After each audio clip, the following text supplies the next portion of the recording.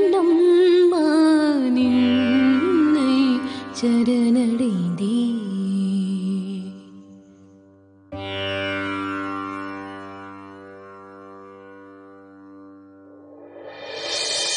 நல்லாதான் பாடுற, ஆனா ஏன் இந்த மாதிரி சோக பாட்டெல்லாம் பாடுற?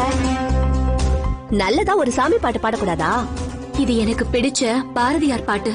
பாரதியாரா? அவரு கவிதை தானே எழுதுவாரு, பாட்டும் எழுதிருக்காரா?